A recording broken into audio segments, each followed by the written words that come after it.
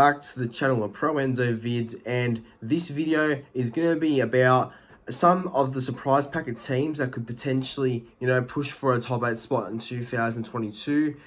Basically teams that have just, obviously didn't have the best 2021, but may come back and surprise a couple of fans in 2022, like might have a better year in general. And yeah, just want to say before I get into the whole video and everything else, just want to say, I know I'm on a day late already, so, I mean, didn't get to make a video yesterday, but I just want to say, even though I'm a day late, Happy New Year to everybody out there. Hopefully 2022 is much kinder to us and to everyone else. So, yeah, Happy New Year, and hopefully this year's your year.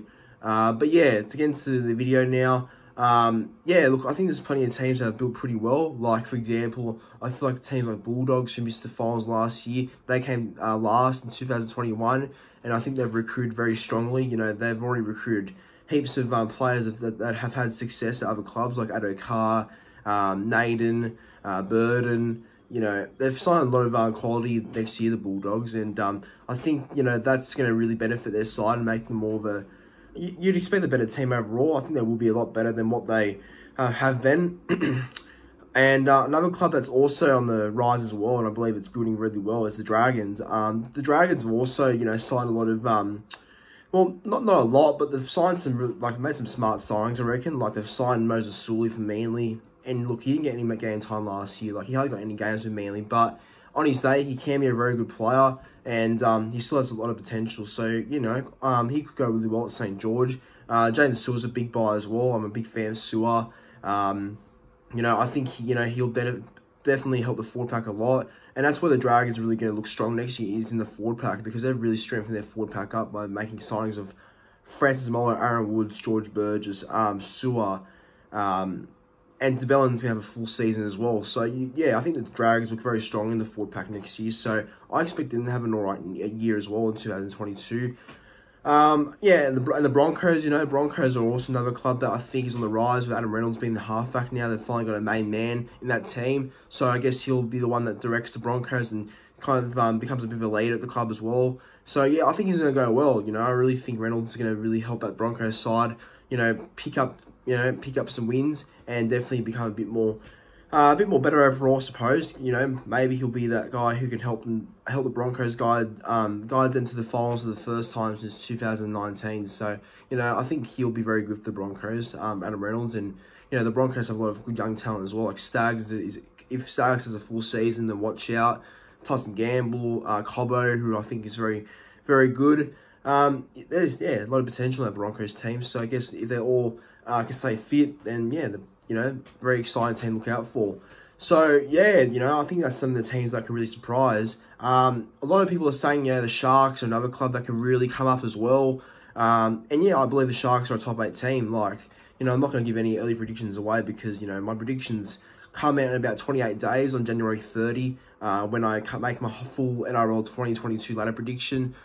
But, yeah, to me, Sharks have a team that can definitely make the top 8, I think Sharks are good enough to crack a top 8 spot next year. I reckon they're even good enough to make the top 5 next year as well, like finish around 5th or something. So, yeah, I think the Sharks also will look very good next year with McInnes coming, Finucane, Hines.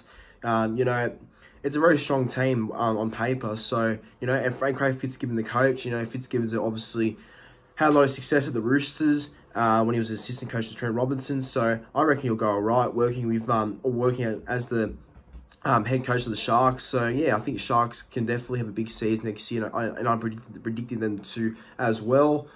Yeah, another thing I could probably think about as well is maybe, just maybe, I mean, it's unlikely that they will do anything next year, in my opinion, but I reckon the Warriors have potential as well. I think because Shaun Johnson's back, and, I feel like if Shaun Johnson can play 15+ games next year, there's a good chance that the Warriors could definitely push around that top 8 sort of spot. That's what I think anyway.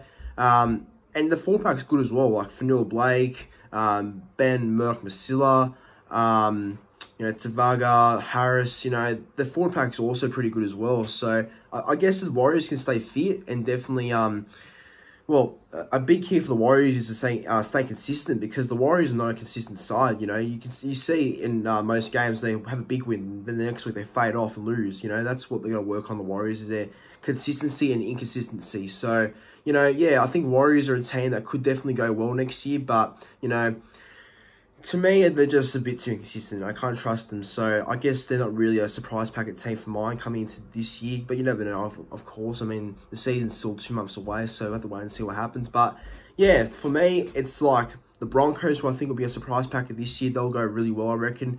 And I think Dragons will go really well as well. I think Dragons are on the rise, and they're definitely looking a lot stronger in many positions. So I think Dragons and Broncos will be the teams that rise up. The Bulldogs might be as well, but I think Bulldogs, you know, without a real halfback yet, and without a real hooker yet, I don't really see them making the 8. But I guess the aim for Bulldogs is to finish outside the bottom 4, because if they finish in the bottom 4 again, then Barrett's definitely gone. Barrett's fucked. Like that's the honest truth there. If they finish bottom 4, the Bulldogs again. So the main aim for them is to finish above the bottom 4. So I reckon for Bulldogs, the aim is to finish around 10th or 9th or even 11th, and I think Barrett will be safe, and I think that's a bit of a pass mark for me. So yeah, everyone, who do you think will, be a surprise packet team in 2022? Like, who do you think will be a team that didn't go well last year, and who will come up this year? Who do you think? Let me know in the comment section down below. But everyone, thanks for watching the video. Like, comment, and subscribe to the channel, and I'll see you all in another video.